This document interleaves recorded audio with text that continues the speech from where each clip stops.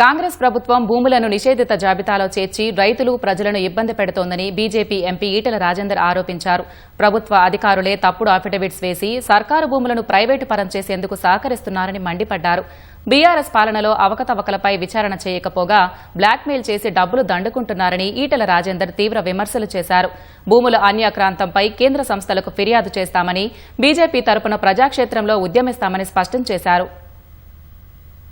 పాత ప్రభుత్వం చేసినటువంటి దుర్మార్గాలు ఏవైతున్నాయో వాళ్ళని పిలిపించుకొని బ్లాక్మెయిల్ చేయడానికి వాడుతున్నారు తప్ప ఆ భూములు మా ప్రభుత్వం అని చెప్పి తీసుకోవడానికి మాత్రం పనిచేస్తలేదు. నీకు ఏమాత్రం నిజాయితీ ఉన్నా ఏం జరిగిందో ఆనాడు బయటపెట్టు, దాన్ని ఆపి.